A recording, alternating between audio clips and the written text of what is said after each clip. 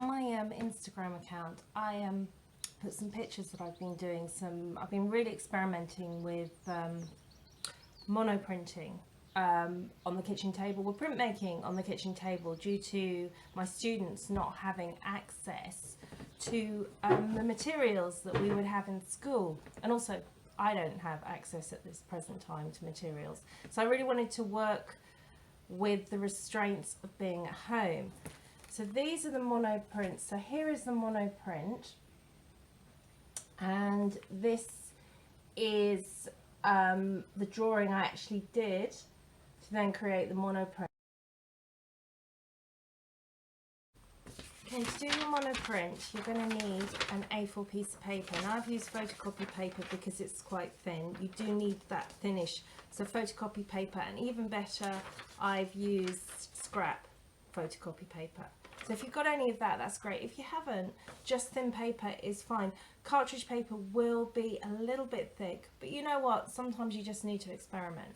But you take your paper and you fold it in half. This. So it's folded in half, folded in half. On your table you're going to work in, you should have some scrap paper down because you'll need to lean onto something soft.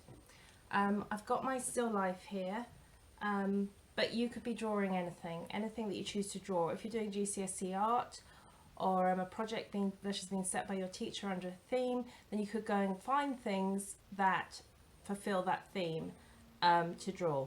So it's just selecting a still life to draw. I just at the moment wanted to draw some flowers, some wildflowers that I picked this morning.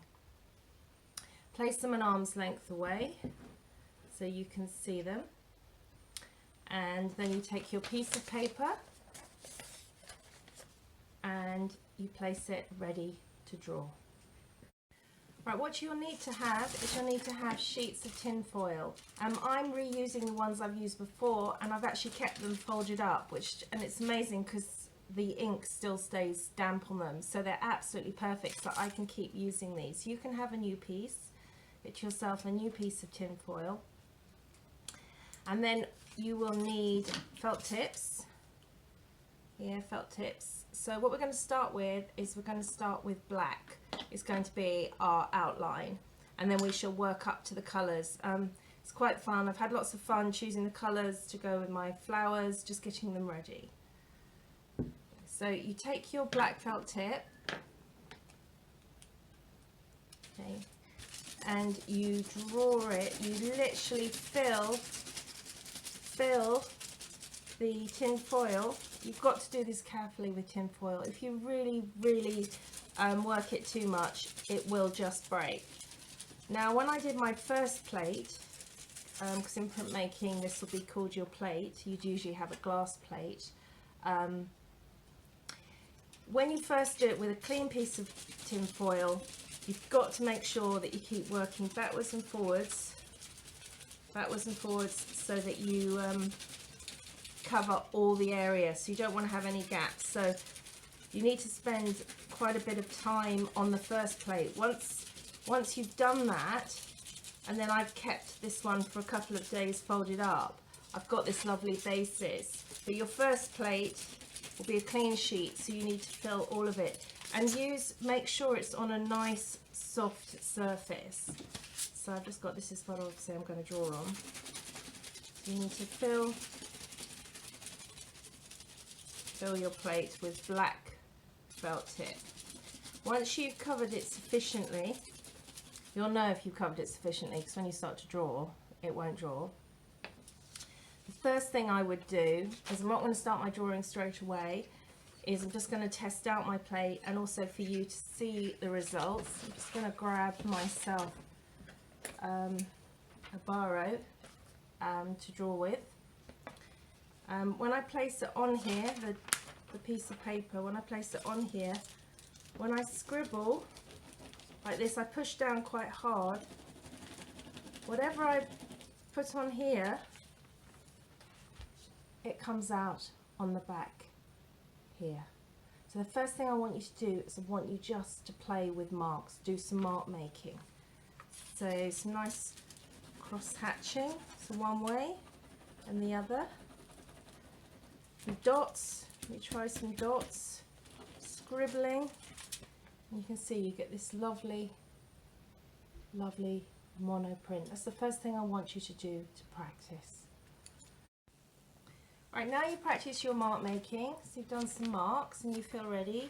You take another sheet of scrap paper or paper, fold it in half, place it onto the plate, find yourself a biro, ballpoint pen, and you are ready to draw. So looking at your still life, and start just sketching. Now you don't have to be really heavy-handed, because the great thing about mono printing and the way that we're doing it is you can keep going back and upgrading your prints. So got my top of my, so I can start drawing my my pot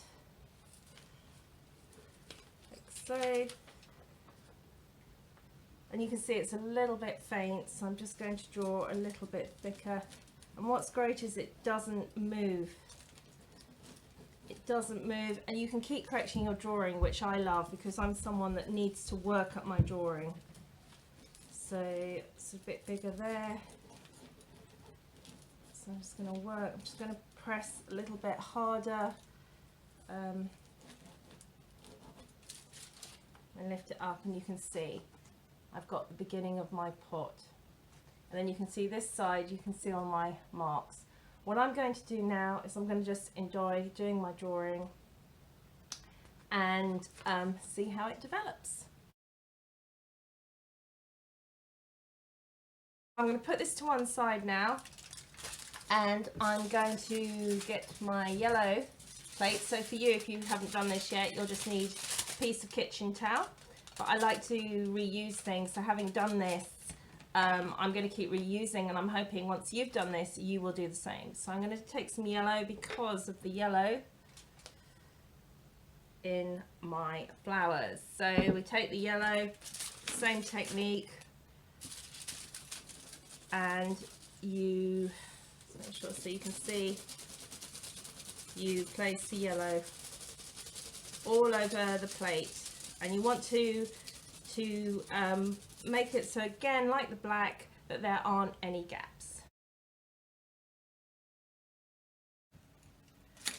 Right, what I'm going to do with the yellow is, so I remember that it is, I have done that area in yellow, I'm going to make sure I use a yellow pencil on this drawing, on the drawing, so I know where I've been with yellow. Otherwise, if I do it in the biro, I won't know which is what. So I'm actually going to get a yellow pencil, place it on top. I'm actually going to push down yellow pencil. You need to push hard with this. You do need to, and keep moving it on the plate so you get nice and fresh yellow. So you pick up fresh yellow. This, then when you lift it up, you have the yellow.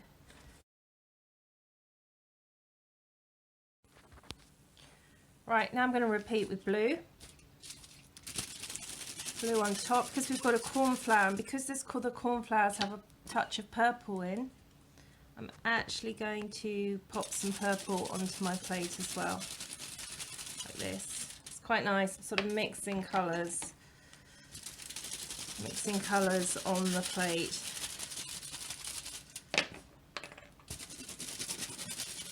Done that. Place it on. I'm going to select a blue from my it would help if I actually put colours back in the correct place, wouldn't it? Right, again, place the blue on here. Got to find the cornflower. Don't actually think I have drawn it on, so I may have to draw that on after. I'm just going to pick up some blue. I'm going to draw the cornflower directly on, and I'm going to go back over it with the black. Actually, I could draw it on in this. So So I've reached for my biro. I'm actually going to draw, it means it'll be in blue, but it'll give me a chance to see where I need the black. And then I'm going to put some more blue on here. What's lovely about this is the drawing can just keep developing, and also that on the pot I've got this lovely pattern. Oh, this is when your drawing really starts to happen actually. This is when it really, this is when I can really feel it's really exciting.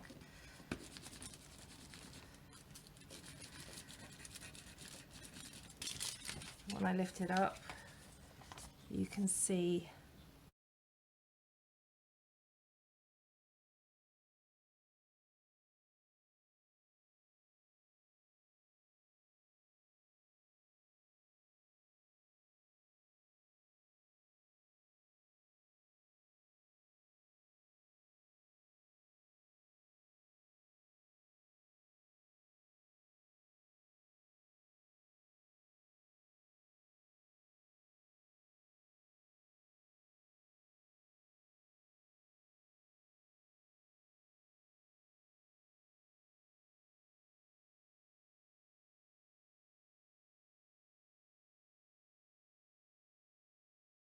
right, we have the finished result. So we have the one that we've drawn with, and it's just really, can you see it's ripped, it's just been really worked. And then you got the mono print on the other side. So what's fabulous about this technique is you end up with two pictures. I really look forward to seeing yours.